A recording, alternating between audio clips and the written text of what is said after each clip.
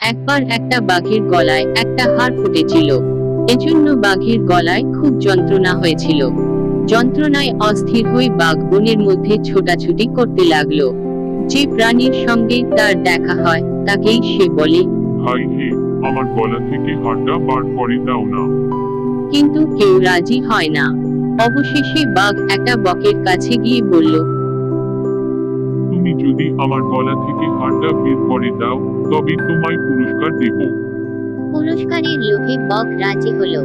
সে তার লম্বা ঠোঁট দিয়ে বাঘের গলা থেকে হাড়টা বের করে দিল। বক তখন বাঘের কাছে পুরস্কার চাইল। বাঘ ভাই, আমাকে যে পুরস্কারটা দেবে বলছিল সেটা আমাকে দিয়ে দাও, আমি এখান থেকে চলে যাই। বাঘ রেগে বলল, বাঘের মুখের মধ্যে মাথাটা ঢুকিয়ে আবার যে তা ফিরে পেয়েছিস সে তো যথেষ্ট পুরস্কার। যদি তোর প্রাণের মায়া থাকে তবে এখান থেকে পালা।